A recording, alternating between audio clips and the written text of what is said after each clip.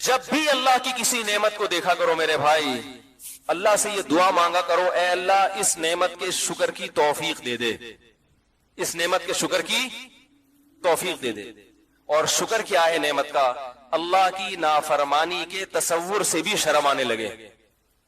ہمارے حضرت فرمایا کرتے تھے کہ جب تک دل ایسا نہ بن جائے کہ گناہ کے تصور سے شرم آنا شروع ہو جائے، اس وقت تک وہ دل نہیں ہے۔ وہ صرف باڈی کے لحاظ سے دل ہے، وہ تو گدھے میں بھی ہوتا ہے۔ وہ دل جس میں احساسات ہوں، جذبات ہوں، وجاء بقلب سلیم۔ قرآن کریم کہتا ہے نا کہ آخرت میں کامیابی اس کو ملے گی، وجاء ربہ بقلب سلیم، جو اپنے رب کے پاس ایسا دل لے کر آیا جو دل برائیوں سے پاک تھا۔ پتہ ہی چلا بھائی، ایک تو دل کولیسٹرول سے پاک کرنا جتنا ضروری ہے، برائیوں سے پاک کرنا اس سے بھی زیادہ ضروری ہے۔ اور یہ دل کی برائی ہے کیا؟ دل میں دنیا کی محبت پیدا ہو جائے، اللہ کی نعمتیں دیکھ کر بھی اللہ سے محبت نہ پیدا ہو، جذبات مر جائیں، احساس مر جائے۔ دیکھو ایک بات سنو، کوئی آپ پر احسان کرے صبح و شام، پھر وہ آپ کو ایک چھوٹا سا کام کہے، اگر آپ کا دل زندہ ہوگا تو آپ کو اس کام کا انکار کرتے ہوئے شرم آئے گی کہ نہیں آئے گی؟ بولو نا بھائی۔ اگر آپ کو شرم نہیں آ رہی، آپ نے کام تو کر دیا، اس کی نافرمانی نہیں کی، کام تو کر دیا، آپ نے کہا اتنے احسان کیے ہیں تو چلو یار میں کر لیتا ہوں، کیا جا رہا ہے، تو بھی ٹھیک ہے، لیکن اتنا ٹھیک نہیں ہے۔ ہونا یہ چاہیے کہ آپ کو انکار کرتے ہوئے شرم آ رہی ہو، یہ کیفیت پیدا ہو جائے۔ تو علماء کہتے ہیں، بزرگان دین کہتے ہیں کہ صرف اتنا کافی نہیں ہے کہ آپ گناہ چھوڑ دیں، زنا چھوڑ دیں، شراب چھوڑ دیں، نماز قضا کرنا چھوڑ دیں، والدین کو ستانا چھوڑ دیں، رشوت کھانا چھوڑ دیں، بد نظری چھوڑ دیں، انٹرنیٹ پر بیہودہ فلمیں، فحش چیزیں، ویب سائٹیں دیکھنا چھوڑ دیں، لڑکیوں سے حرام لذتیں حاصل کرنا چھوڑ دیں۔ صرف اتنا کافی نہیں ہے، بلکہ صحیح دل اس شخص کا ہوتا ہے کہ اسے جب پتا چل جائے کہ بھائی اللہ نے اس چیز کو غلط قرار دیا ہے تو اسے وہ کام کرتے ہوئے شرم آئے۔ کرتے ہوئے نہیں، تصور، کیونکہ کرتے ہوئے تو کرنا تو شروع کر دیا اس نے، تصور سے شرم آئے، بھئی کیسے کر لیتے ہو؟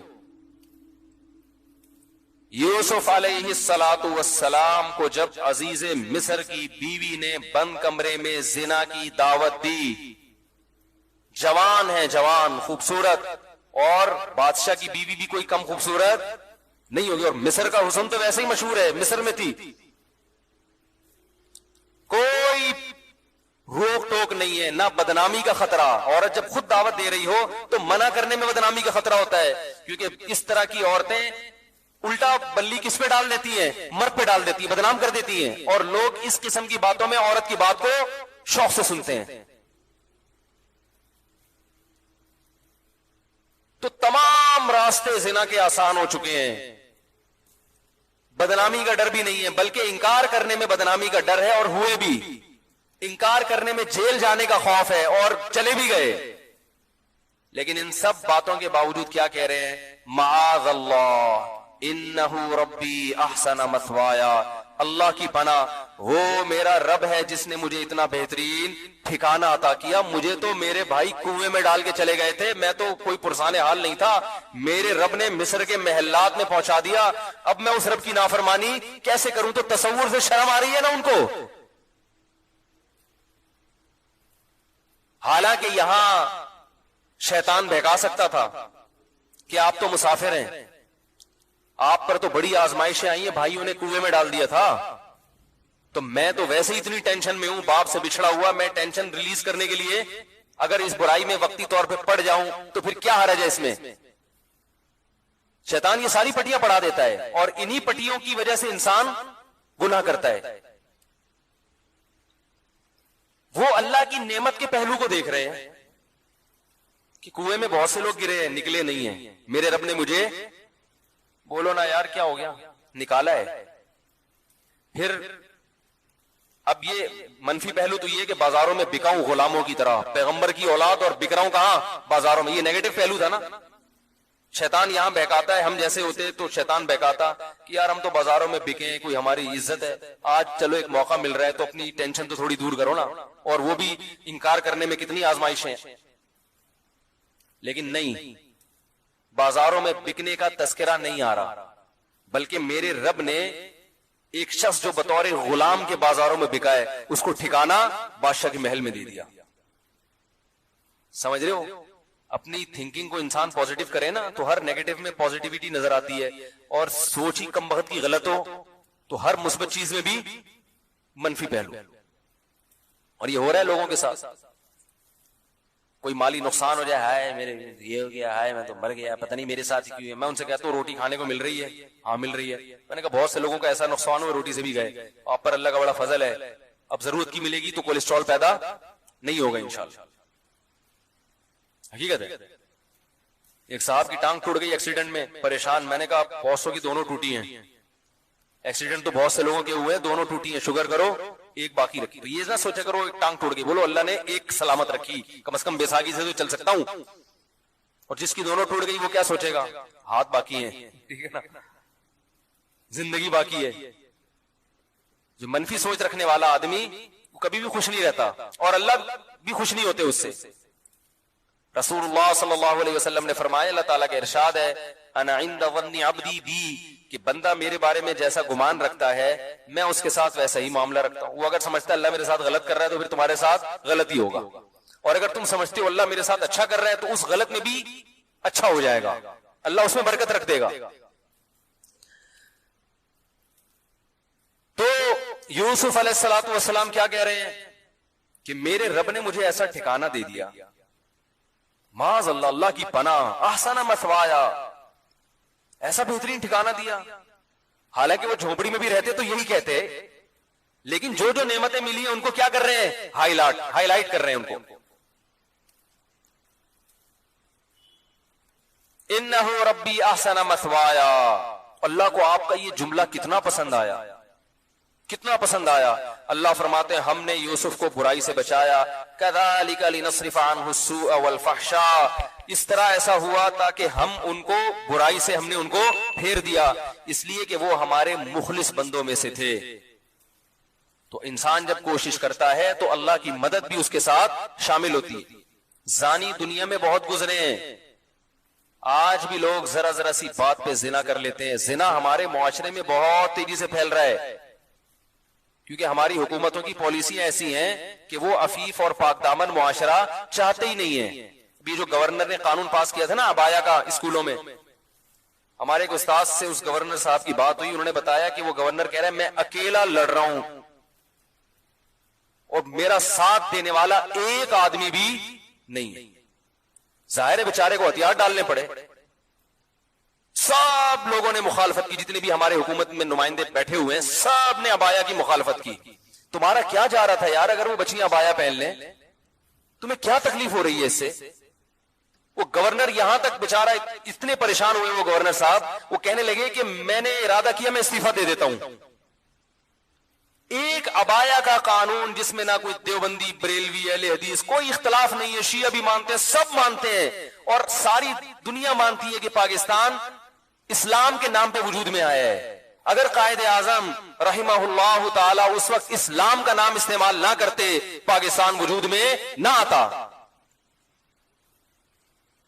تو یہ ناشکری ہے یا نہیں ہے کہ اللہ نے جب آپ کو ایک نعمت دے دی، آپ کو ایک کنٹری دے دیا، اللہ نے اپنا کام کر دیا، اور آپ اللہ نے جو آپ کی ذمہ داری لگائی تھی آپ وہ پورا کرنے کے لیے تیار نہیں ہے. ایک قانون پاس ہونے کے بعد ختم ہو رہا ہے تو زلزلے نہیں آئیں گے تو کیا آئے گا میرے بھائی؟ تباہی نہیں آئے گی تو غربت، مہنگائی. دیکھو مسلم کنٹریز کو غیر مسلم پر قیاس مت کرو، ان کی کامیابی کے اصول کچھ اور ہیں، ہماری کامیابی کے اصول کچھ اور ہیں. بنی اسرائیل پیغمبروں کو مانتے تھے، جب انہوں نے پیغمبروں کی نافرمانی کی اللہ نے غلام بنا دیا. اور فرعون پیغمبروں کو شروع سے ہی نہیں مانتا تھا، اس کو اللہ نے حکومت دے دی تھی. وہ تو پہلے سے نافرمان تھا، مگر پھر بھی مصر میں فرعون کو ایک تھوڑی تھا، فرعون تو بہت سارے تھے، انہیں کی حکومت تھی. حالانکہ وہ تو بنی اسرائیل سے بڑا نافرمان تھا، وہ تو کہتا تھا میں رب ہوں، پھر بھی اللہ نے فرعون کو حکومت دی. اور بنی اسرائیل جو اللہ کی جو اللہ کو مانتے ہیں مگر اللہ کی نافرمانی کرتے ہیں، اللہ نے ان کو کیا بنا دیا؟ غلام بنا دیا۔ پھر جب بنی اسرائیل موسیٰ علیہ السلام کی دعوت پر لبیک کہتے ہیں اور پھر شریعت کو فالو کرتے ہیں، پھر اللہ انہیں دوبارہ فرعون پر حکومت عطا کرتے ہیں۔ کافر کتنا بھی اللہ کا نافرمان بن جائے، کیسا باغی بن جائے، وہ دنیا میں کامیاب ہو سکتا ہے، مسلمان خدا کی قسم کامیاب نہیں ہو سکتا، ذلیل در ذلیل در ذلیل ہوتا رہے گا۔ ہمارے لبرل حکمران سمجھتے ہیں کہ ہم عبایا کا قانون ختم کر کے، کو ایجوکیشن کو بحال کر کے، ملک میں اس طرح کا ماحول پیدا کر کے جو بڑی طاقتیں ان کو خوش کر لیں گے، ان سے قرضے مل جائیں گے اور ملک ترقی کرے گا۔ نہیں کرے گا، آپ کا تشخص ختم ہو جائے گا، آپ دنیا میں ذلیل سمجھے جاؤ گے، غلام سمجھے جاؤ گے۔ دنیا کہے گی نہ یہ ادھر کے ہیں اور نہ ادھر کے۔ دیکھو مسلمان کتنا مرضی بے حیا ہو جائے، وہ اس میں کافروں کا مقابلہ نہیں کر سکتا۔ لوگ مجھ سے میرے تو ہر قسم کے طبقے کے ساتھ بیٹھنا ہوتا ہے نا، اکثر لوگ مجھے کہتے ہیں، ہمارے جو دوست احباب ہیں نا، کہتے ہیں یار یہ پاکستان فلمیں بناتا ہے، ویسی بنتی نہیں ہے۔ ہمارے ایک سنگر سے کچھ دن پہلے ملاقات ہوئی، غریب، تو میں نے کسی دوست سے پوچھا، میں نے کہا یہ تو سنگر ہے بھائی، اس کو تو پیسہ ہونا چاہیے۔ انہوں نے کہا پاکستان کے سنگروں کے پاس پیسہ، بولو بھائی، نہیں ہوتی، یہ اس طرح سے ناچ نہیں سکتے جیسے ہندو ناچتے ہیں، یہ اس طرح کی فلمیں بنا ہی نہیں سکتے جیسی۔ تو میں نے کہا بھائی وہ بے حیائی کی وجہ سے اگر ان کو ترقی ہو رہی ہے تو یہ بھی کہہ رہی ہے یہ وہ اس اسٹائل میں بے حیائی بھی نہیں پھیلا سکتے، پکڑے جاتے ہیں۔ تو میں نے کہا دیکھو یہ اس کی علامت ہے کہ مسلمان ہے نا، وہ کتنا بھی ان جیسا بننے کی کوشش کرے گا وہ بنتا نہیں ہے، ان جیسا ناچ ہی نہیں سکتا، کیونکہ ناچنا کوئی پسندیدہ کام تھوڑی ہے۔ بتاؤ کوئی صدر یا وزیر اعظم اگر ناچے اچھا لگے گا؟ پتہ چلا ناچنا انسانی وقار کے خلاف ہے، تو جو چیز وقار کے خلاف ہے اس میں کافر ہم سے زیادہ اچھا ہے۔ ان کے یہاں مائیکل جیکسن بھی پیدا ہوگا، ان کے یہاں اس جیسے ڈانسر پیدا ہوں گے، ہمارے یہاں بڑے مشکل ہیں، کیونکہ وہ اس طرح ہو تھوڑا سا ایک غیرت کا رہے گا نا، وہ تو وہ وہاں تک نہیں پہنچ سکتے بھائی آپ ان چیزوں میں، بہت مشکل ہے سمجھانا۔ آپ جتنی بھی کوشش کر لو تو چھوڑ دو ان کو، بولو یہ ناچنا گانا آپ میراثی ڈھولکی آپ اچھے ہو، آپ ڈیفنس کی لائن میں محنت کرو، آپ ایجوکیشن پہ محنت کرو، ہم نہیں ہو سکتے ویسے۔ تو اللہ نے ایک حدود رکھی ہے نا، ایک پردہ رکھا ہوا ہے۔ دیکھو اسلامی ملکوں میں بھی بہت ساری ملکوں میں بے حیائی پھیلی ہے، لیکن پھر بھی وہ یورپ کا مقابلہ نہیں کر سکے۔ ترکی بڑا لبرل کنٹری ہے، اور ایک تقریباً 100 سال سے لبرل بنانے کی ان کے حکمرانوں نے پوری ایڑی چوٹی کا زور لگا دیا کہ ترکی کی گورنمنٹ کو، ترکی کی جو حکومت ہے، جو ترکی کی جو کنٹری ہے، اس کو بالکل یورپ جیسا بنا دو، مگر اب بھی یورپ جیسا نہیں بنا سکے، کیونکہ وہ کلمہ گو مسلمان ہے، اسلام کے اثرات ہیں ان کی نسلوں میں۔ بہت بے حیائی پھیلی ترکی میں، مگر پھر بھی یورپ جیسے نہیں بن سکے۔ ایک لاشعوری طور پر نا ان میں حیا ٹرانسفر ہوئی ہے۔ تو آپ میرے بھائی جس ترقی میں ان کا مقابلہ کرنا چاہتے ہو، جس قسم کی ترقی میں جو لبرلزم والی ترقی ہے، آپ ان کے برابر نہیں پہنچ سکتے۔ وہ اپنے ملکوں میں ان کو یہ چیزیں آپ سے زیادہ اچھی نظر آتی ہیں، آپ ان جیسے نائٹ کلب نہیں بنا سکتے۔ تو آپ حیا کو فروغ دو تاکہ وہ کمپیئر کریں کہ یار ہمارے معاشرے میں دیکھو اور ان کے معاشرے میں دیکھو، ہمارے اسکول کی بچیوں کو دیکھو کیسی بے شرم ہوتی ہے، اور مسلمان ملکوں کے اسکول کی بچیوں کو دیکھو اسکارف لے کے بیٹھی ہوئی ہیں۔ اس طرح سے تو شاید آپ کا کوئی تشخص برقرار ہو جائے اور آپ کو کچھ لوگ ان میں سلوٹ کرنا شروع کر دیں، ورنہ آپ نہ ادھر کے رہو گے اور نہ ادھر کے رہو گے۔ وہ کہتے ہیں نا کوا چلا ہنس کی چال اپنی بھی بھول گیا۔ تو چھوڑ دو اس چیز میں، آپ کو عزت نہیں ملے گی۔ عرب کنٹریز کا بھی یہی حال ہے، بے حیائی کو پھیلا دیا تو کیا ان عربوں کی عزت ہو رہی ہے دنیا میں؟ مجھے یاد ہے ہم بچپن میں کتابیں پڑھا کرتے تھے، کوئی گورا عرب کنٹری میں وزٹ کر کے آتا جہاں اسلام نافذ ہے، خوش ہو کے جاتا۔ میں نے ایک بچپن میں ایک واقعہ پڑھا تھا کہ عرب جو میاں بیوی تھے نا، وہ سعودی عرب گئے، انہوں نے اسلام قبول کر لیا، بہت پرانی بات ہے۔ پھر جب وہ اپنے ملک میں گئے تو انہوں نے کتاب لکھی، اپنا واقعہ لکھا، کمپیئر کیا کہ کیسے حیا کے نظام سے نکل کر ہم بے حیائی میں آ رہے ہیں، اور وہاں کتنا اچھا فیل کرتے تھے۔ بھائی بے حیائی ایسی چیز ہے، ایک وقت تک اچھی لگتی ہے، اس کے بعد انسان کو یہ اچھی نہیں لگتی۔ حیا اچھی لگتی ہے انسان کو۔ آپ اپنے ملکوں میں اگر بے حیائی پھیلا، یہ پرانے سعودی عرب کی بات کر رہا ہوں، اب بھی بہت ملکوں سے بہت بہتر ہے، لیکن جا اسی ٹریک کی طرف رہا ہے جہاں ساری دنیا جا رہی ہے. تو وہ ان چیزوں سے آپ سے متاثر نہیں ہوں گے. ہمارے ملکوں میں یہ تم سے زیادہ ہیں، تم کہاں تک پہنچو گے؟ حیا کے نظام کو آپ فروغ دو تو وہ آپ کو سلوٹ کریں گے، کہیں گے ہمارے ہاں سب کچھ ہے، یہ نہیں ہے. تعلیم بھی ان کے ہاں بہت ہے. تو آپ نے ایک چیز آپ کا ترہ امتیاز تھی، ایک چیز آپ کے لیے قابل فخر تھی.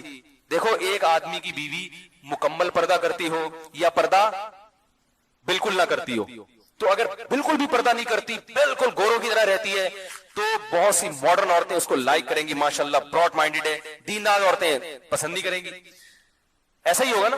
اور ایک خاتون بہت زبردست پردہ کرتی ہے تو ماڈرن عورتیں ممکن ہے کچھ اعتراض کریں، لیکن دیندار خواتین اس کو لائک کریں گی. لیکن جو بیچ کی خاتون ہے اسے نہ پردے والی پسند کریں گی اور نہ، بولو بھائی، ماڈرن عورتیں اس پہ اعتراض کریں گی، باہر نکلتے ہوئے عبایا لیتی ہے اور جو پردے دار ہے کہیں گی باہر جب نکلتی ہے تو چہرہ تو تمہارا کھلا ہوا ہوتا ہے، تم جوان ہو، چہرہ کھول کے گھوم رہی ہو، مردوں سے بات چیت کر رہی ہو، تو ادھر ہو جاؤ یا ادھر ہو جاؤ. بیچ کا کسی کو بھی اچھا نہیں لگتا. تو اللہ تعالیٰ نے بھی میرے بھائی یہ نعمتیں ہمیں دی ہیں. اللہ نے اصول اور ضابطہ بیان کر دیا کہ تم بنی اسرائیل کی طرح ہو، پیغمبروں پر تمہارا ایمان ہے. تم اگر اپنی ذمہ داری پوری نہیں کرو گے، اللہ کی نافرمانی سے نہیں بچو گے، اللہ تمہیں تباہ و برباد کر دے گا، جیسے کہ ہو رہے ہیں. ہم بھوکے ننگے ہوتے جا رہے ہیں. اللہ سے دعا ہے کہ یہ جو نعمتیں اللہ نے ہمیں دی ہیں، اللہ ان نعمتوں کا استحضار نصیب فرمائے اور ان نعمتوں کو دیکھ کر ہمیں اپنی یاد نصیب فرمائے. ہمارے حضرت مفتی رشید احمد صاحب رحمہ اللہ تعالی جب بارش ہوتی تھی بہت جذبات میں آتے تھے اور بہت دعائیں مانگا کرتے تھے کہ اے اللہ اس نعمت کا ہمیں شکر کی توفیق دے دے. اور فرماتے تھے میرے دل میں اللہ کی محبت کے جذبات بھڑکنے لگتے ہیں جب میں بارش دیکھتا ہوں کہ میرا رب سخاوت دکھا رہا ہے اپنی، اور اپنی رحمت کا اظہار کر رہا ہے. کیسے زمین آباد ہو جاتی ہے. اور اتنی بڑی رحمت، رسول اللہ صلی اللہ علیہ وسلم کے پاس ایک صحابی آئے گاؤں سے، یا رسول اللہ قحط پڑ گیا، بارش بند ہو گئی ہے، جانور ہلاک ہو رہے ہیں. آپ صلی اللہ علیہ وسلم نے دعا کی اور بارش کی دعا کی. اتنی بارش ہوئی ہے 3 دن تک برستی رہی ہے. وہ صحابی دوبارہ آئے، یا رسول اللہ کھیتیاں ہلاک ہو رہی ہیں، جانور ہلاک ہو رہے ہیں. آپ صلی اللہ علیہ وسلم کے الفاظ دیکھیں، آپ نے فرمایا اللہم حوالینا لا علینا. یہ نہیں فرمایا کہ اللہ اس بارش کو بند کر دے، یہ تو رحمت ہے. اے اللہ اس کو ہمارے اطراف کی طرف لے جا، ہم پر نہیں بلکہ ہمارے شہر کی آبادی سے دور اطراف کی طرف لے جا. علماء نے لکھا اس سے صاف پتہ چلتا ہے کہ رسول اللہ صلی اللہ علیہ وسلم نے بارش کے بند کرنے کی دعا نہیں مانگی، کیونکہ قرآن بہت تذکرہ کر رہا ہے اس کا. تو اللہ جیسے اس بارش سے مردہ زمین کو زندہ کرتا ہے، اے اللہ تو ہمارے دلوں کو بھی حیات اور زندگی دے دے. دل مردہ ہیں، زمینیں زندہ ہو رہی ہیں، زمینوں میں پیداوار پیدا ہو رہی ہے، مگر دل میں اللہ کی محبت کے چشمے جاری نہیں ہو رہے. اور قرآن نے اس کی بہترین مثال دی ہے، وَإِنَّ مِنَ الْحِجَارَةِ لَمَا يَتَفَجَّرُ مِنْهُ الْأَنْهَارُ. فرمایا کہ او اشد خشیہ، کہ ان کے دل پتھر سے بھی زیادہ سخت ہو چکے ہیں. پھر فرمایا پتھروں میں بھی تین قسم کے پتھر ہوتے ہیں کہ وَإِنَّ مِنَ الْحِجَارَةِ لَمَا يَهْبِطُ مِنْ خَشْيَةِ اللَّهِ، کہ بعض پتھر ایسے ہوتے ہیں جو پہاڑوں سے لڑک جاتے ہیں، یہ لڑکنے کے لیے بھی تیار نہیں ہے، اپنی جگہ پہ جامد ہوئے ہوئے. وَإِنَّ مِنْهَا لَمَا يَهْبِطُ مِنْ خَشْيَةِ اللَّهِ وَإِنَّ مِنْهَا لَمَا يَتَفَجَّرُ مِنْهُ الْأَنْهَارُ. اور کچھ ایسے جس میں چشمے پھوٹ پڑتے ہیں. پتھر بھی اتنا سخت نہیں ہوتا، وہ بھی کبھی پانی نکالنا شروع کرتا ہے اور کبھی اثرات قبول کر کے اپنی جگہ سے ہل جاتا ہے. لیکن فرمایا کہ جو لوگ اللہ کو نہیں مانتے یا اللہ کو جیسا ماننا چاہیے ویسا نہیں مانتے، ان کے دل پتھر سے زیادہ سخت ہو چکے ہیں، یہ اپنی جگہ سے ہلنے کے لیے تیار نہیں ہے. یہ اللہ کی نعمتیں دیکھ کر نہ شراب چھوڑنے کے لیے تیار ہیں، نہ زنا چھوڑنے کے لیے تیار ہیں، نہ اپنی ذمہ داریاں پوری کرنے کے لیے تیار ہیں، اور نہ فحش فلمیں اور بیہودہ چیزیں چھوڑنے کے لیے تیار ہیں، نہ زنا اور نہ بدنظری چھوڑنے کے لیے تیار ہیں. تو یہ وہ دل ہیں جو پتھر سے زیادہ سخت ہو چکے ہیں. لیکن اللہ نے ان کو دھمکی دی ہے، فرمایا ہم جو یہ بارشیں برسا رہے ہیں اور نعمتیں تمہیں دے رہے ہیں، تمتعوا، فائدہ اٹھاتے رہو، فإن مصيركم إلى النار، آنا تم نے جہنم کی آگ کی طرف ہے. اللہ پیدا کر کے مار کے چھوڑ نہیں دے گا کہ مٹی ہو کے ختم، نا نا نا نا نا نا. یہ سب کچھ اللہ نے جو نظام بنایا ہے آزمائش کے لیے. آج لوگ تکبر کر رہے ہیں، فخر کر رہے ہیں، اللہ کے حکام کی دھجیاں اڑائی جا رہی ہیں، لیکن اللہ نے فرمایا تمتعوا، مزے اڑا لو. میں نے بتایا نا لبرل لوگ زیادہ مزے اڑاتے ہیں, بارش میں بغیر کپڑوں کے انجوائے کرتے ہیں, مولانا لوگ تو بیچارے تھوڑا کپڑوں کا خیال کر لیتے ہیں نا. تو اللہ فرماتے ہیں تمتعوا, بہت مزے اڑاؤ, شرابیں بھی پیو, زنا بھی کرو, حرام دوستی. جو شادی کی بات کرے اس پر تو بولو, ہر وقت شادی شادی کرتا رہتا ہے ممبر پہ بیٹھ کے, لیکن زنا کرتے رہو بیٹھ کے, لڑکیوں سے حرام دوستیاں لگاتے رہو, یتیموں کا مال کھاتے رہو, بڑا بھائی چھوٹے بھائی کو وراثت نہ دے, انٹرنیٹ پر پوری پوری رات ننگی فلمیں دیکھتے رہو بیٹھ کے, لڑکیوں سے اسکائپ پہ ویڈیو چیٹنگ کرتے رہو. اللہ فرماتے ہیں تمتعوا, مزے اڑاؤ جتنے اڑا سکتے ہو. ان مصیرکم الی النار, آنا آگ کی طرف ہے, کیونکہ میں رب ہوں, میری سزا پھر میرے حساب سے ہوگی, تمہارے حساب سے نہیں ہوگی. وہ سزا مؤخر اس لیے کی ہے کہ بہت بڑی ہے, چھوٹی موٹی ہوتی تو اسی وقت 2 تھپڑ لگا کے چھوڑ دیتا. یہ تاخیر اس لیے کی ہے کہ مہلت دے رہا ہے, مہلت, اب توبہ کر لو, اب توبہ کر لو, اب توبہ کر لو. نہیں کی تو اللہ فرماتے ہیں موت کا جب وقت آئے گا, پوری دنیا کی دولت بھی اگر دے گا تو میں تیری جان نہیں چھوڑوں گا. کلا انہا کلمۃ ہوا قائلھا, فرمایا اس سے پہلے توبہ کے 2 آنسو بہاتا. زمین اور آسمان نے اگر گناہوں سے زمین اور آسمان کے خلا کو بھر دیا ہے نا, وہ 2 آنسو آگ ٹھنڈا کرنے کے لیے کافی تھے. لیکن جب تو موت اپنی آنکھوں سے دیکھے گا, ساری دنیا کی دولت بھی خرچ کر دے گا, تو اللہ فرماتے ہیں توبہ کا کلمہ ایسا ہوگا, انہا کلمۃ ہوا قائلھا, ایک زبان سے نکلا ہوا کلمہ جو ہوا میں تحلیل ہو گیا. اللہ اپنے قانون میں بہت سخت ہے میرے بھائی. فرعون ساری زندگی نافرمانی کرتا رہا, جب پہلا ہوتا کھایا ہے توبہ کی نا اس نے, اور کیسی پرفیکٹ توبہ کی, کہنے لگا آمنت انہ لا الہ الا الذی آمنت بہ بنو اسرائیل, یہ نہیں کہ میں اللہ پر ایمان لایا, کیونکہ اللہ کے مفہوم میں فرق ہو سکتا ہے اپنے آپ کو اللہ کہہ رہا ہو, پوری تشریح شرح کے ساتھ حاشیے کے ساتھ کہہ رہا ہے کہ میں اس رب پہ ایمان لایا جو ایک غلام قوم کا رب ہے. صحیح ہے نا, میری جو بنی اسرائیل جو میرے غلام تھے نا, وہ جس کو رب مانتے ہیں میں اس پر کو رب مانا میں نے. اللہ فرماتے ہیں آل آنا, اب ایمان لا رہے, وقد عصیت قبل, اس سے پہلے تو نے نافرمانی کی ہے, ایسا عبرت کا نشان بناؤں گا. فالیوم ننجیک ببدنک لتکون لمن خلفک آیا, تو مر جائے گا تیری باڈی سلامت رہے گی, آنے والے لوگ قیامت تک تیری باڈی کو دیکھ کر عبرت حاصل کرتے رہیں گے کہ یہ ہے جس نے زمین پر ایسی حکومت کی کہ اس کی حکومت کے کھوٹے زمین پہ گڑ گئے. آج کیسا عبرت کا نشان بنا ہوا ہے, کیسا پڑا ہوا ہے, مسالے لگا لگا کے تو اس کو محفوظ رکھا جا رہا ہے. اور اللہ فرماتے ہیں یہ تو اس کی باڈی ہے جو تمہیں نظر آ رہی ہے, اس پر گزر کیا رہی ہے ہم تمہیں بتاتے ہیں. النار, آگ ہے, یعرضون علیہا غدوا وعشیا, جس آگ پر صبح اور شام اس کو جلایا جاتا ہے. وَيَوْمَ تَقُومُ السَّاعَةُ, اور جب قیامت قائم ہوگی, ادخلوا آل فرعون اشد العذاب, اللہ فرمائیں گے کہ ہم حکم دیں گے فرشتوں کو کہ فرعون کو اس سے سخت عذاب میں ڈال دو. آپ کو فرعون لیٹا ہوا نظر آ رہا ہے, قرآن کہہ رہا ہے لیٹا ہوا نہیں ہے, وہ صبح اور شام آگ میں جلایا جا رہا ہے. اس کو ہزاروں سال گزر گئے, صبح بھی آگ میں جلتا ہے, شام کو بھی آگ میں جلتا ہے. اور فرمایا ابھی قیامت آنے دو, جہنم میں ہمیشہ کے لیے داخل کروں گا جو اس سے بھی زیادہ سخت ہے. وَإِذْ يَتَحَاجُّونَ فِي النَّارِ, اور فرمایا جہنم میں جانے کے بعد کیا ہوگا, آپس میں ان کے مکالمے کو اللہ نے ذکر کیا ہے کہ جو فرعون کے ماتحت تھے وہ فرعون سے کہیں گے تیری اطاعت اور فرما برداری میں, تیری حکومت کی وجہ سے ہم نے موسیٰ کی بات نہیں مانی, اسے کمزور کہا, تو کہتا تھا موسیٰ کو بولنا نہیں آتا, موسیٰ کے پاس حکومت نہیں ہے, موسیٰ ہماری طرح پڑھا لکھا نہیں ہے, موسیٰ ہماری طرح براڈ مائنڈڈ نہیں ہے, ہم نے تیری دعوت کی وجہ سے موسیٰ کی بات کا انکار کیا, آج ہم آگ میں جل رہے ہیں. فَهَلْ أَنْتُمْ مُغْنُونَ عَنَّا نَصِيبًا مِنَ النَّارِ, کیا ایک دن کے لیے تو ہم سے آگ کو دور کر سکتے ہو. تو وہ کہے گا کہ میں خود اس جہنم کی آگ میں جل رہا ہوں, میں تم سے آگ کو دور نہیں کر سکتا. اللہ فرماتے ہیں سب مل کے جہنم کے داروغ کے پاس جائیں گے. وقال الذين في النار لخزنة جهنم ادعوا ربكم, کہ فرشتوں سے کہیں گے تم اللہ سے دعا کرو کہ کچھ عذاب میں تخفیف ہو جائے, کچھ مہلت مل جائے. تو فرشتے جواب میں کہیں گے کہ کیا تمہارے پاس ڈرانے والا نہیں آیا تھا, موسیٰ کلیم اللہ جس سے اللہ کوہ طور پہ ہم کلام ہوا کرتا تھا, اس نے تمہیں ڈرایا نہیں تھا کہ تم اللہ کی نافرمانی چھوڑ دو. کہیں گے قالوا بلا, وہ کہیں گے ضرور. اللہ فرمائیں گے پھر اعلان ہوگا فادعوا وما دعاء الکافرین الا فی ضلال, فرشتے کہیں گے اللہ نے ہم پر پابندی لگائی ہے تمہاری سفارش کرنے پر, تم خود اللہ کو پکارو. اللہ فرماتے آج ان کی پکار بیکار جائے گی, کوئی اسے سننے والا نہیں ہوگا. دیکھو جب تک جسم میں روح ہے, ایک دفعہ انسان توبہ کے آنسو بہا دے, ایک دفعہ اللہ سے کہہ دے کہ اے اللہ مجھ سے جو جرم ہوا, اگر کسی نے زنا کیا ہے ایک دفعہ کہہ دے اللہ آئندہ نہیں کروں گا. اگر کسی نے شراب پی ہے ایک دفعہ کہہ دے کہ اے اللہ آئندہ نہیں پیوں گا. اگر کسی نے اپنے والدین کو ستایا ہے ایک دفعہ کہہ دے اے اللہ آئندہ نہیں ستاؤں گا. اگر کسی نے وراثت کھائی ہے ایک دفعہ کہہ دے اللہ حق واپس کروں گا, آئندہ کسی کا حق نہیں دباؤں گا. اگر کسی نے انٹرنیٹ پر بیہودہ فحش فلمیں دیکھی ہیں ایک دفعہ کہہ دے اللہ دیکھ چکا آئندہ بولو بھائی نہیں دیکھوں گا. اللہ فرماتے ہیں اس کے کہنے میں تاخیر ہو سکتی ہے. وَمَن يَعْمَلْ سُوءًا أَوْ يَظْلِمْ نَفْسَهُ ثُمَّ يَسْتَغْفِرِ اللَّهَ یجد اللہ غفور الرحیم.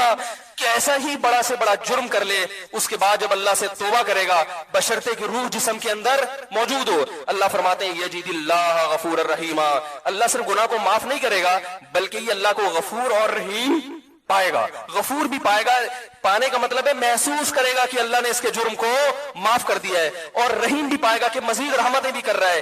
یہ اس وقت تک اللہ کی طرف سے بھائی پیکیج ہے جب تک روح جسم کے اندر موجود ہے, کیونکہ غیب کا معاملہ ہے. جب اس روح اور جسم کا رشتہ کمزور ہو گیا ایڑیاں رگڑتے رہو گے لیکن اللہ توبہ قبول کرنے کے لیے تیار نہیں ہوگا. اللہ سے دعا ہے کہ اللہ ہمیں اس وقت کے آنے سے پہلے سدھرنے کی توفیق عطا فرمائے, اور اس بے حیائی کا جو طوفان ہمارے معاشرے میں پھیلا ہوا ہے اللہ اس بے حیائی کے طوفان سے ہمیں بھی اور اپنے اہل و عیال اور اپنی اولادوں کو بھی بچنے کی توفیق عطا فرمائے. سبحانک اللہم و بحمدک نشہد ان لا الہ الا انت نستغفرک و نتوب الیک. نبی صلی اللہ علیہ وسلم نے فرمایا اللہ کا ذکر ایسے کرو لوگ دیوانہ سمجھیں. لوگ کیا سمجھیں؟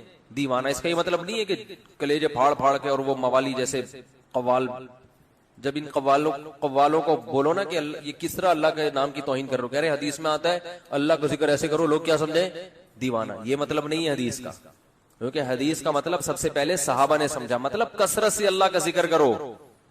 آج محفلوں میں بھی اللہ کا ذکر ختم. نبی صلی اللہ علیہ وسلم نے کیا فرمایا, وہ محفل جس میں اللہ کو یاد نہ کیا جائے قیامت کے دن خسارے کا ذریعہ بنے گی. اس لیے جب بھی کوئی محفل ہونا کہیں نہ کہیں کسی نہ کسی حوالے سے اللہ کا نام لے لینا چاہیے انسان. ہم نے علماء کو دیکھا ہے, اہل اللہ کو دیکھا ہے, کوئی نعمت سامنے آئی نا, جیسے سخت گرمی میں ہمارے ایک استاد سے ان کے سامنے انگور لا کے رکھے ہم نے, پیاس لگ رہی ہو اور لال سرخ انگور آ جائیں ایک دم, دنیا دار آدمی ایک دم پھوڑ دے گا, ایسا ہی ہے نا. کیا خیال ہے بھائی؟ ایک دم کھانا شروع کرے گا. ابے لا یار, اللہ والے کیا کرتے ہیں سب سے پہلے اللہ کا شکر, اور وہ روایتی شکر نہیں ہوتا کہ اللہ کا شکر ہے, دل سے لگ رہا ہوتا ہے کہ یہ اس نعمت پہ اللہ کا شکر ادا کر رہے ہیں. اے اللہ تیرا کتنا بڑا فضل ہے, کیسی کیسی نعمتیں تو نے ہمیں کھانے کو عطا فرمائی. گرمی میں جب ٹھنڈا پانی آیا کرے نا اللہ کو یاد کریں, صرف روایتی نہیں, روایتی کا مطلب بسم اللہ الرحمن الرحیم پڑھ لیا اور آخر میں الحمدللہ کے, یہ بھی ٹھیک ہے سنت ہے, لیکن یہ تو ایک روایت بن چکی ہے نا, اس میں تو استہزار نہیں ہوتا. اس کے علاوہ بھی زبان سے کہے انسان یار اللہ کی کتنی بڑی نعمت ہے, شدید پیاس میں اس نے ہمیں پانی پلایا. اپنے پیارے بچوں کو جب دیکھا کریں نا کیسے پیارے لگتے ہیں اگر اپنے ہوں, پڑوسیوں کے بچے نہیں اچھے لگتے انسان, وہ ٹینشن نہ لے کے جائے یار ان کو. تو جب پیار آتا ہے تو فوراً کس کی طرف نسبت؟ اللہ کی نعمتیں. بھائی یہب لمن یشاء اناسا, جس کو چاہتا ہے بیٹیاں گفٹ میں دیتا ہے, یہ مجھے گفٹ میں ملی ہے پیاری پیاری بچیاں. وَيَهَبُ لِمَن يَشَاءُ الذُّكُورَ, جس کو چاہتا ہے بیٹے گفٹ میں دے دیتا ہے. بڑے ہو کر تو پتہ نہیں اچھے لگے نہ لگے, بچے تو اچھے ہی لگتے ہیں نا. تو جب اپنے بچوں کو پیار کیا کرو کس کا شکر ادا کرو؟ اے اللہ تیری نعمت, کیسے پیارے لگتے ہیں بھائی. ہمارا تو کلو کلو خون بڑھتا ہے بچوں کو دیکھ کے. صرف ایک فیملی پلاننگ والے ہیں جن کو بچے کو دیکھ کے خون جلتا ہے ان کا کہ کیوں ہو گئے, کیا خیال ہے یہ کیوں ہو گئے. اور مجھے دیکھ کے تو اتنا خون جلتا ہے کہ ایک تو میں ہوں بھی چوتھے نمبر پہ, فیملی پلاننگ والے تو کہتے ہیں 2 کے بعد نہیں ہونے چاہیے نا, تو میں کون سے نمبر پہ ہوں؟ چوتھے نمبر پہ اپنے بہن بھائیوں میں. تو ایک تو اس لیے خون جلے گا, یہ تو اس کا تو پیدا ہونا ہی غلط تھا. کیا خیال ہے؟ اصول کے مطابق تو اس کو پیدا ہونا ہی نہیں چاہیے تھا. اس نے تو پیدا ہو کے غربت میں اضافہ کر دیا, کیونکہ 2 کے بعد جتنے ہوں گے غربت میں اضافہ کریں گے نا. اس لیے بھی جلتے ہیں. دوسرا اس لیے بھی جلتے ہیں کہ اس کے اپنے بہت سارے ہیں, اور اس لیے بھی جلتے ہیں کہ یہ بہت سارے بچے پیدا کرنے کی ترغیب بھی دیتا ہے. کیا خیال ہے؟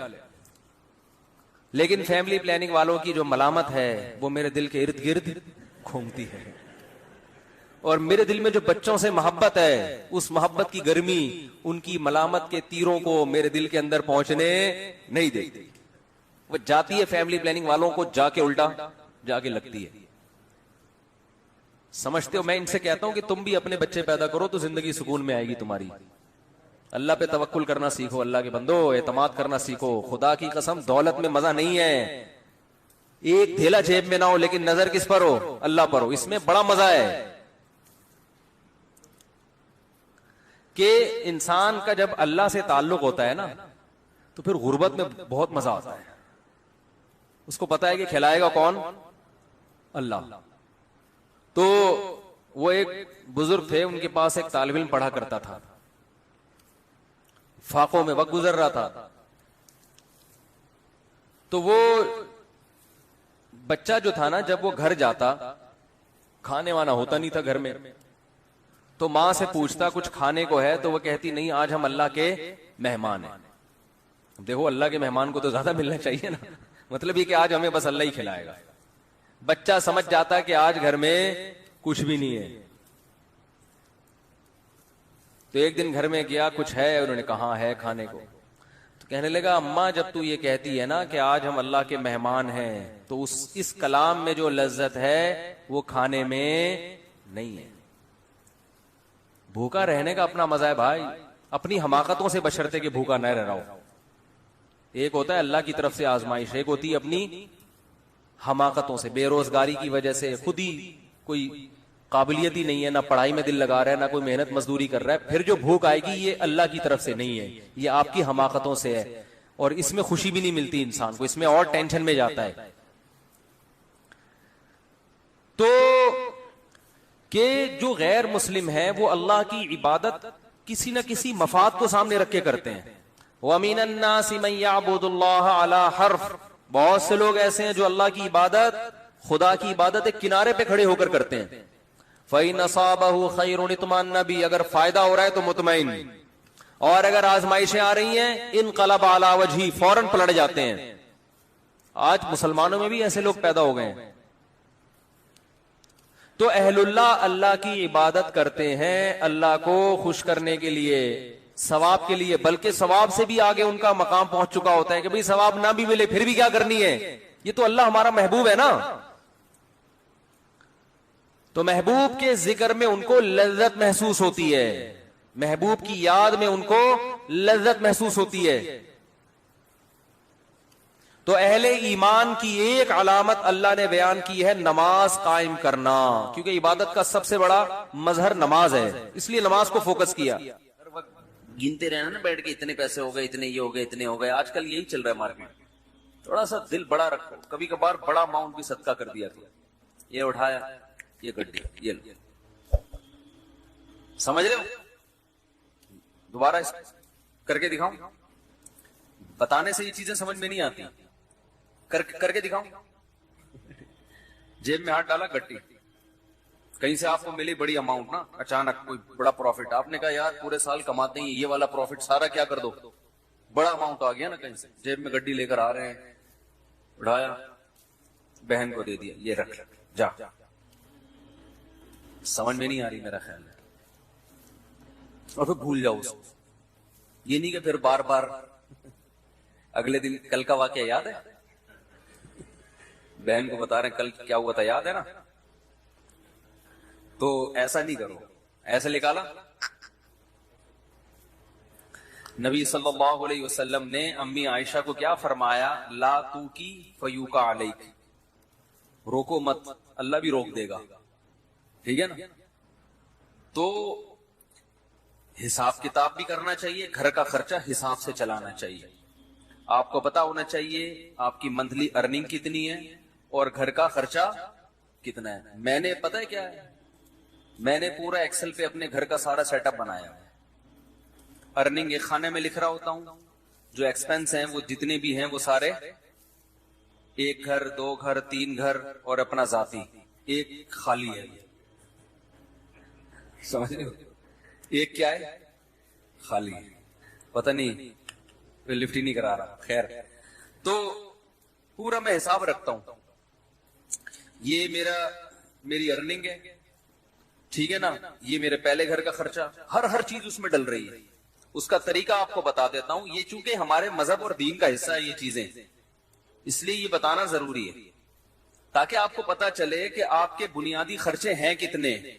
پھر آپ اس حساب سے صدقہ بھی کر سکتے ہو، کیونکہ حدیث میں یہ بھی آتا ہے کہ اتنا نہ کرو کہ کل دوسرے سے مانگنا پڑ جائے. آج گڈی نکال کے دے دی، ٹھیک ہے نا، اگلے دن گھر میں آٹے کے پیسے نہیں ہیں، پھر وہ گڈی اس سے مانگ رہے ہیں یار اس میں سے آدھی مجھے دے دو بھائی. صحیح ہے. لکھنے کا فائدہ کیا ہوتا ہے خوب سمجھیں. حکیم الامہ مولانا اشرف علی تھانوی رحمہ اللہ نے تو یہاں تک لکھا ہے، خواتین کو ترغیب دی ہے کہ جب بھی گھر میں کھانا بناؤ لکھو اتنے افراد کے لیے اتنے چاول. آج 4 مگے ڈالیں 10 آدمیوں نے کھایا ہے یا 5 آدمیوں نے کھایا ہے، اس کا مطلب 2 آدمیوں کے لیے کتنے ہیں؟ 2 مگے، تاکہ کھانا ضائع نہ ہو اور شوہر کی پتلون ڈھیلی نہ ہو. ورنہ وہ کھلا وہ تو بن رہا ہے، پھر شام کو پھک رہا ہے اور وہ میاں صاحب بیچارے کما کے آدھے ہو گئے. سگھڑ خواتین انہی کو تو کہتے ہیں جو ونس اپون اے ٹائم ہوا کرتی تھی کہ وہ پورا گھر کیسے لے کے چلتی ہیں. اصل میں ہوتا یہ ہے کہ جب لوگ سخاوت کے بیان سنتے ہیں تو کہتے ہیں حساب و کتاب نہیں کرنا چاہیے، بس کھلاؤ پلاؤ وہ جو آ رہا ہے یہ بس، یہ سخاوت نہیں ہے. اور کچھ ایسے کنجوس ہوتے ہیں کہ وہ سارا دن کیلکولیشن بھی لگے رہتے ہیں بھائی. تو حالانکہ بنتے 4 روپے تھے، ٹھیک ہے نا. تو وہ میں اس میں ایک اصولی بات بتاتا ہوں کیسے چلنا چاہیے. اب بات تو چل پڑی ہے، یہ بھی سورہ قلم ہی کا حصہ ہے نا، اللہ نے سخاوت کو بیان کیا. تو حکیم الامہ نے کیا لکھا ہے، خواتین کو چاہیے گھر میں ایک ایک چیز کا حساب لکھیں. جو کھانا پکاتی ہیں وہ تو یہی حساب لکھیں گی نا بھائی. جیسے بریانی بنانی ہے بھائی، اتنے چاول میں اتنے کلو گوشت ڈلتا ہے. اس دن اتنا ڈالا تھا تو چاول کیا بنے تھے مزیدار. اب ایسا نہ اس سے زیادہ ڈال دیں یا اس سے کم. تو ہر چیز میں لکھنے کا حساب، ہر وقت اپنے پاس ایک ڈائری. اب تو موبائلوں میں بھی لوگ لکھنا شروع کر دیتے ہیں. دیکھو میرے موبائل میں نے ایک ڈائری بنائی ہوئی، ابھی آپ کو دکھاتا ہوں کیا لکھا ہوا ہے اس میں نے. یہ نوٹ، ابراہیم کو 100 روپے دیے. میرا چھوٹا بیٹا ابراہیم ہے نا، سائیکل خراب ہو گئی تھی، میں نے اس کو 100 روپے پکڑا دیے سائیکل ٹھیک کرنے کے لیے، اس میں ڈال دیے میں نے.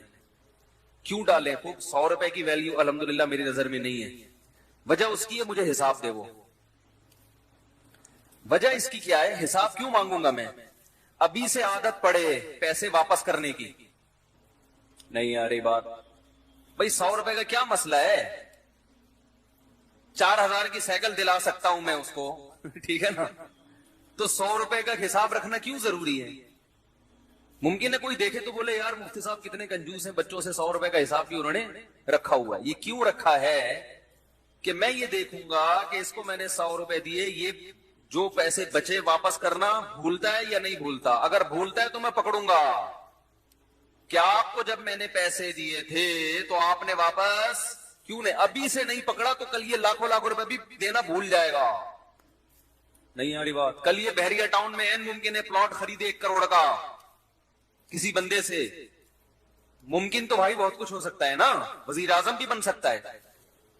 اور پھر جب وزیر اعظم بنا اور لوگوں نے کہا آپ نے تو کہا تھا غربت کا خاتمہ کریں گے، کہیں گے سوری میں کیا ہوا بھول گیا تھا غربت کا خاتمہ کرنا. آپ نے کہا تھا کراچی میں گندگی کا ڈھیر ہٹوائیں گے آپ، اس لیے آپ کراچی والوں نے آپ کو ووٹ دیا. ارے یار میرے ذہن سے نکل گیا. ٹھیک ہے، نہیں آ رہی بات. تو اس کا تعلق صرف بچے کی کس سے ہے؟ تربیت. ہمارے ذمہ تربیت کی کوشش ہے، نہ بنے تو اللہ کی مرضی. سمجھ رہے ہو؟ تو بچوں کو نا پیسے دے کے بگاڑنا نہیں چاہیے. ان میں عادت خراب ہوتی ہے. پیسے دینے تو وہ دیں، جیب خرچی ان کی باندھیں تاکہ وہ اپنی مرضی سے کھائیں. تو وہ جیب خرچی کا سیٹ اپ الگ ہے، وہ ہم ہر جمعے کو بچوں میں جیب خرچی بانٹتے ہیں. لیکن معاملات میں ان کو 2 نمبری کی اجازت نہیں. میں نے لکھا ہوا ابراہیم کو 100 روپے دیے. اب میں یہ نوٹ کروں گا کہ یہ 100 روپے کا مجھے حساب دیتا ہے یا بھول جاتا ہے. ابھی لکھنے کی کیا ضرورت ہے؟ دماغ میں کیوں نہیں رکھا بھائی؟ دماغ کو مفید کاموں کے لیے رکھو. 100 50 روپے کے لیے دماغ کو فالتو میں مت کھپاؤ بھائی. یہ چیز اگر یہاں نہ ہوتی، دماغ میں ہوتی، تو دماغ اور کسی کام کا ہوتا. یہ بیان کرتا میں یہاں بیٹھ کے، ہر وقت دماغ میں یہی یاد رکھنا ہے، اس کو 100 روپے دیے، اس کو 50 روپے دیے، اس کو 1 لاکھ روپے دیے، اس کو یہ دماغ میں. دماغ سے چیز اٹھا کے کہاں لے کے جاؤ؟ ڈائری میں. حضرت حکیم الامہ مولانا اشرف علی تھانوی رحمہ اللہ تعالی، یہ مجدد تھے اپنے دور کے، ایسے خاندانی آدمی تھے. یہ ذکر کرتے ہوئے جا رہے تھے. ان کا معمول تھا فجر کے بعد ذکر کرنے کا، تو چہل قدمی بھی کرتے تھے تاکہ واکنگ ہو جائے فجر کے بعد، اور ذکر بھی. تو ایک دم رکے، جیب سے ڈائری نکالی، قلم سے، قلم ان کے یہاں رہتا تھا ہر وقت کان پہ، فوراً کچھ لکھا اور ڈائری جیب میں.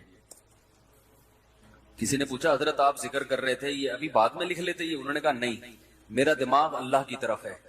ذہن میں خیال آیا، اگر میں ڈائری پہ نقل نہ کرتا نا تو وہ خیال مجھے محفوظ رکھنے کے لیے بار بار دماغ کہاں جاتا؟ اسی خیال کی طرف. تو وہ مجھے ذکر سے بھی غافل کرتا. وہ چیز دماغ سے کہاں آ گئی؟ ڈائری میں. اب جیب میں. اب دوبارہ ذکر توجہ کے ساتھ. اب یہ ڈائری کی ٹینشن ہو گئی ہے، اب یہ اپنی ٹینشن. کیا ہو گیا بھائی؟ ایسی خاندانی چیزیں ہیں یار. یہ تو زندگی میں کامیابی کے اصول ہیں اللہ کے بندو. ہمارے پاس کسی کے پاس بھی کوئی ڈائری نہیں. لاکھوں کروڑوں کے بزنس دماغ میں چل رہے ہوتے ہیں. وسیم کباڑیے سے 1 لاکھ روپے لینا ہے، سلیم گولے گنڈے والے کو 20 لاکھ روپے دینے ہیں، ٹھیک ہے نا. سب دماغ کچوبڑ بنا ہوا ہے، دماغ کا کچرا کنڈی بنا ہوا ہے. دماغ کچرا کنڈی بنا ہوا ہے کہ نہیں بنا ہوا؟ اتنی فکریں ہیں، کیا کیا کھوپڑا کھوپڑا یہ کیا ہے؟ اس کو یہ کرنا ہے، اسے یہ کرو، پھر بھول گیا، پھر بھول گیا، جو بات ہو بھول گئی، ہر چیز بھول رہا ہے. تو مجھے کہتے ہیں بیان کے دوران بھول جاتے ہیں کیا ٹاپک چل رہا تھا. تو آپ جو چیزیں بھول رہے ہیں نا وہ زیادہ خطرناک ہے. آگے کیا لکھا ہوا ہے؟ پھل، وہ اس کی قیمت لکھی ہوئی ہے. اب یہ نہیں کہ پوری ڈیٹیل کے ساتھ ایک ایک چیز، ایسا نہیں. اشارے، یہ اشارے اس لیے کہ رات کو 24 گھنٹے میں ایک ٹائم جو ہے نا، یہ سب چیزیں ایکسل میں چلی جائیں گی. کہاں چلی جائیں گی؟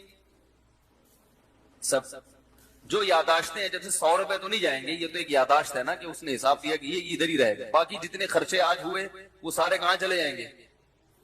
وہ آفس کا جو سافٹ ویئر آتا ہے نا خرچوں کا، 1 گھر 2 3 4 جو بھی ہیں، اللہ توفیق دے، تو وہ سب اس میں ڈال دیں. اس سے کیا ہوتا ہے بھائی؟ بدگمانی سے انسان بچتا ہے.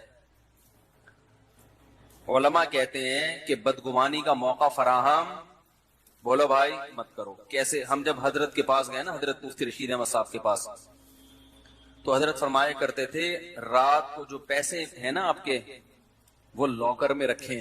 کسی طالب علم کو بٹوا نکال کے اپنے سرہانے پہ رکھنے کی اجازت نہیں ہے. کیوں؟ اگر چوری ہو گیا یا گم گیا، شبہ ہوگا ساتھ والے پر، شیطان کو موقع مل جائے گا اپنے ساتھی کے خلاف بدگمان کرنے کا. حالانکہ عین ممکن ہے ساتھ والے نے چوری نہ کیا ہو، باہر سے کوئی چور آ جاؤ، کوئی بندہ آیا ہو لے کے چلا گیا ہو، لیکن یہ وضاحتیں کون کرتا پھرے گا بعد میں؟ فوراً دماغ میں کیا آئے گا؟ اس نے کیا. یہ بھی ممکن ہے اس نے کیا بھی ہو. تو فرمایا کرتے تھے کہ بدگمانی کے مواقع سے بچنا ضروری. تو لکھنے کا فائدہ یہ ہوتا ہے کہ ایک تو بدگمانی سے انسان بچتا ہے. سمجھ رہے ہو؟ آپ کی بیگم نے کوئی سوٹ خریدا 5000 روپے کا، ہمارا تو میرا اپنا حساب ایسا، میں دماغ میں کچھ رکھتا ہی نہیں ہوں. مجھے تو پتہ ہی نہیں ہوتا کہ ابھی خریدا تھا تو کل خریدا تھا کہ نہیں خریدا تھا. ساری چیزیں کہاں جا رہی ہیں؟ لیپ ٹاپ.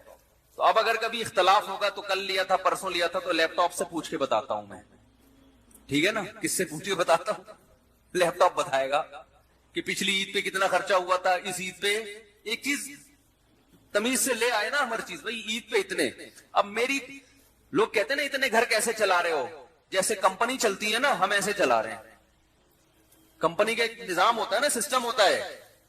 مجھے عید پہ شاپنگ میرے لیے سب سے آسان ہے، آپ لوگ کے لیے ایک گھر کے لیے مشکل ہوگی، کیونکہ مجھے پتا ہے پچھلی دفعہ عید پہ کتنے خرچ ہوئے تھے. وہ حساب نکالو، اس دفعہ تھوڑا گڑ زیادہ ملا کے پیسے بانٹ دو، ختم. چلو ہماری وجہ سے، ٹھیک ہے نا. وہ رمضان سے یعنی شعبان میں ہی سارا حساب کلیئر، پیسے دے دیتا ہوں میں، بھائی اب جس نے جو خریدنا ہے خرید لے، ہر ایک کے فی بندہ اتنے پیسے، عید کے گریوی جو ملے گی نا عید پہ وہ فی کس اتنی ہے، تو پھل کے حساب سے ہر چیز ایسے تمیز سے چل رہی ہے. تو اب ہوتا کیا ہے، لکھنے کا فائدہ کیا ہوگا، ادھر آپ نے اپنی ارننگ لکھی، ادھر ڈیلی بیسس پہ آپ نے اپنے خرچے ڈال دیے. مہینے کے آخر میں یہ لکھنا اس لیے نہیں ہے کہ کنجوسی کرے انسان، گھر والوں پہ خرچ نہ کرے، نہ خرچ کریں کھول کے، جتنا اللہ نے آپ کو دیا دبا کے کریں خرچ. بعض دفعہ لکھا جاتا ہے کنجوسی کی بیس پہ، بیگم ایک آم تم نے آج کھایا تھا، لیپ ٹاپ میں لکھا ہوا ہے کل دوبارہ آم کھانے کی آپ کو اجازت نہیں ہے. یہ نہیں، یہ مقصد نہیں ہے. کہیں آپ سمجھ رہے ہو کہ مفتی صاحب گن کے کھلا رہے ہیں گھر والوں کو، ایسا نہیں ہے. آم کے تو بارے میں میرا نظریہ یہ ہے کہ آم کے لیے کھانے کا لفظ ہی آم کی توہین ہے. آم کے لیے جو لفظ استعمال ہوتا ہے وہ کون سا؟ پھوڑنا. میں تو کہتا ہوں بھائی آم جب کھانے ہو تو کھلانا ہے تو پھر ہم کھائے گا ہی نہیں، پھوڑنے کی اجازت ہو تو ہم کھائیں گے. تو ایک آدھ آم سے مزہ نہیں آتا. خیر اللہ نے اگر دیا ہو تو انسان کرے، نہیں دیا تو صبر کرے انسان. تو اس کا فائدہ کیا ہوگا، جب آپ یہ ہر چیز لکھیں گے تو آپ کو پورے مہینے اندازہ ہوگا. ایک فائدہ یہ ہوگا کہ آپ کے خرچے آپ کی ارننگ سے کم ہیں یا زیادہ. اگر بیلنس وہ اس میں خود بخود بیلنس آ رہا ہوتا ہے نا، اب اتنا بیلنس رہ گیا، اتنا رہ گیا، اتنا رہ گیا، اتنا رہ گیا، تو ممکن ہے 31 تاریخ کو آپ کا بیلنس مائنس میں جا رہا ہو، -50,000. اس کا مطلب آپ سے بڑا بیوقوف دنیا میں کوئی ہے ہی نہیں. کیونکہ دنیا میں جس آدمی کی کمائی کم اور خرچہ زیادہ، اس کا مطلب وہ اپنے آپ کو بھیک مانگنے کے لیے تیار کر رہا ہے. باتیں چوتھی شادی کی کر رہا ہے، صحیح ہے نا. لیکن حالات ایسے ہیں کہ بقیہ بھی یا تو بھاگ جائیں گی یا یہ کشکول لے کے بھیک مانگے گا. یہی مطلب ہے کہ نہیں ہے؟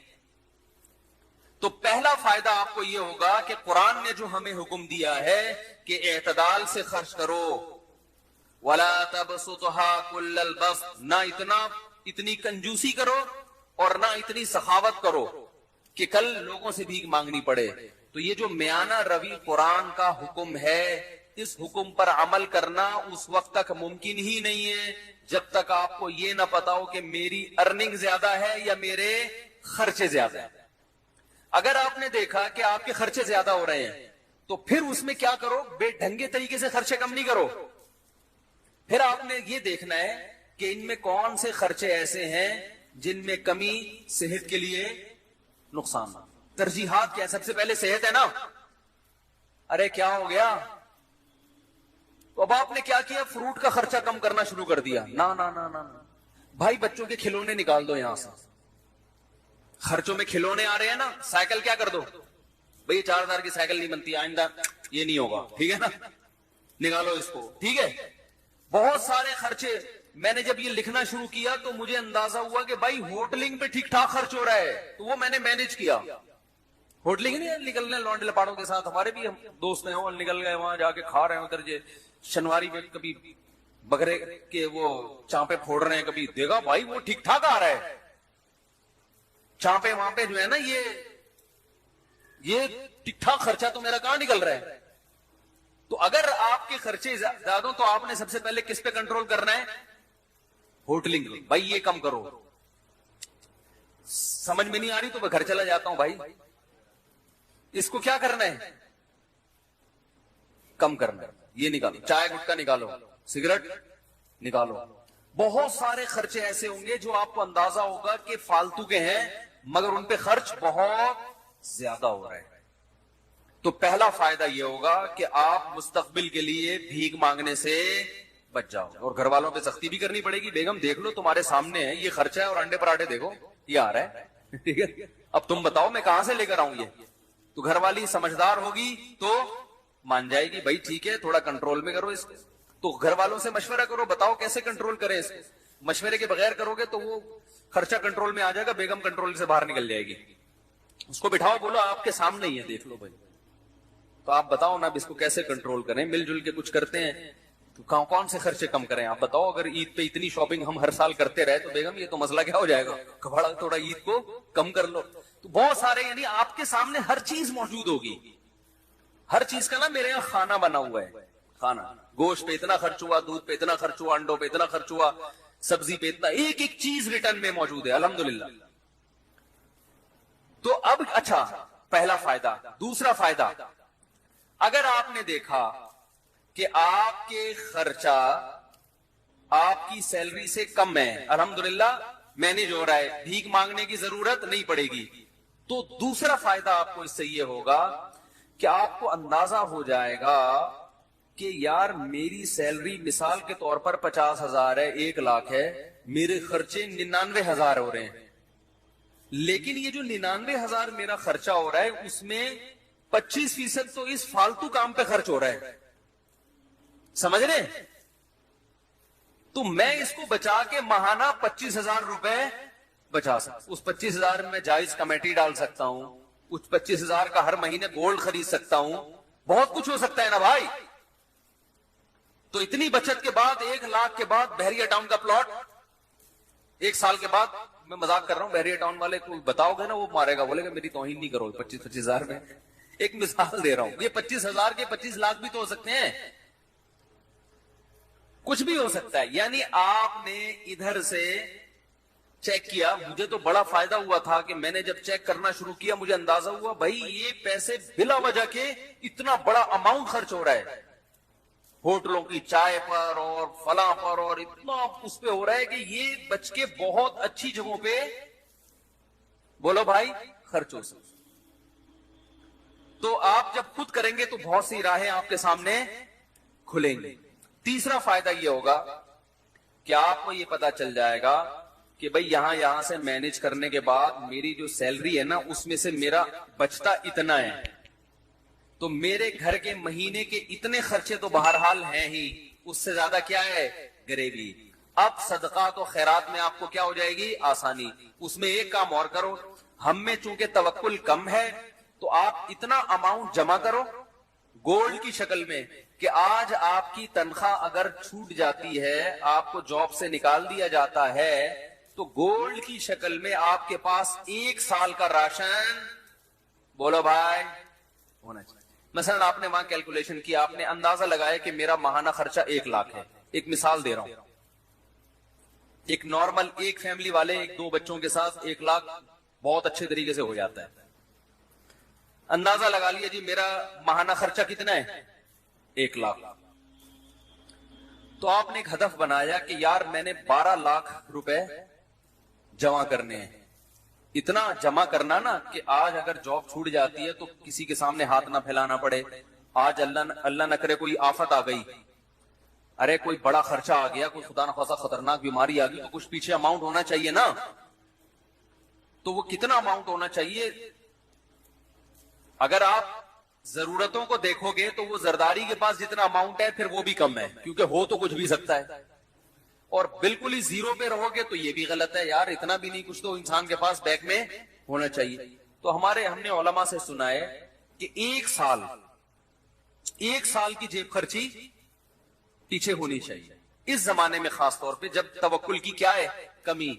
اور اگر آپ نے توکل ہوگا تو آپ کے بیوی بچوں میں توکل ہو یہ ضروری نہیں. آپ نے تو کہا کچھ بھی نہیں اللہ کھلائے گا، بیگم کہ جب بھوک لگے گی نا تو ممکن ہے آپ توکل کرو، بیگم توکل نہ کرے. پھر وہ جب چترال لگائے گی تو پھر آپ ہمیں فون کریں گے یار یہ آپ نے توکل پہ بیان کیا تھا. تو بھائی آپ کو سمجھ میں آیا، اس کو سمجھ میں آیا ہی نہیں. وہی کتے والی مثال ذہن میں رکھ لیں، وہ کتا بھونک رہا تھا تو کسی نے کہا بھونکنے والے کتے کاٹتے نہیں. اس نے کہا پتہ نہیں یہ مثال میں نے تو سنی ہے، کتے نے بھی سنی ہے کہ نہیں سنی ہے کہ بھونکنے والے کتے کاٹتے نہیں. کتے کو پتہ نہیں، یہ پتہ ہے کہ نہیں پتہ. تو اب سمجھیں بات کو، آپ کے پاس جو اماؤنٹ بچے گا اس میں آپ کو اندازہ ہو جائے گا آپ کتنا صدقات و خیرات کر سکتے ہو. ٹھیک ہے نا؟ اچھا، آپ نے 1 سال کا جس کی 1,00,000 روپے ماہانہ خرچہ ہے نا وہ 12,00,000 جمع کر لے. اور 12,00,000 کیش کی شکل میں نہیں، گولڈ کی شکل میں، کیونکہ وہ کیش تو ایسے دڑام سے گرتا ہے، وہ تو ڈی ویلیو ہو رہا ہے نا. گولڈ